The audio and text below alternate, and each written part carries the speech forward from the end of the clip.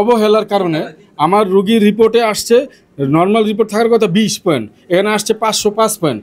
আমি আজকে ডাক্তারের কাছে আসার পর ডাক্তার বলছে যে এই অবস্থা অবশ্যই নিয়ম হইলে ওনাদের ডায়াগনস্টিক সেন্টারের নিয়ম হইতেছে, যদি রোগীর অবস্থা এরকম হয় তাহলে সাথে সাথে ডাক্তারকে জানাবে।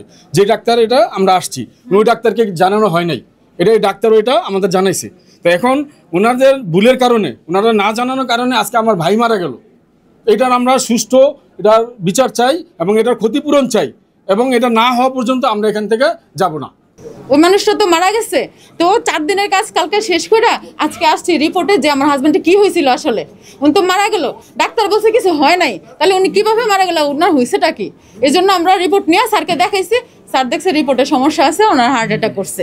তো উনি যে এই গাফিলতিটা করলো, যে কি করে এটা রিপোর্টটা যাই করছে, হ্যাঁ, উনি যে এই গাফিলতিটা করলো ওনার জন্য যে আমার হাজব্যান্ড মারা গেছে, আমার হাজব্যান্ডের মাধ্যমে 5-7টা সংসার চলে। এখন আমরা সব বন্ধ, ব্যবসা বন্ধ।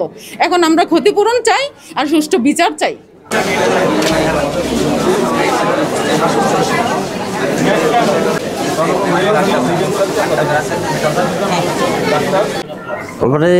পেশেন্টের নাম কি? শফিকুল ইসলামের নামে পেশেন্টটা 7 তারিখে 8 তারিখে 7 তারিখে ডাক্তার রিগান স্যারের আন্ডারে দেখায়।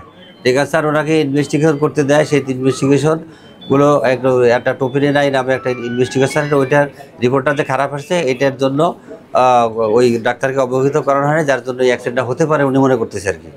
যে সেটাই হলো অপরাধ, সেটা প্রমাণিত হবে। এখন সেটা আইনগতভাবে যে অপরাধী তার বিচার, সূক্ষ্ম বিচার আইনগতভাবে হবে।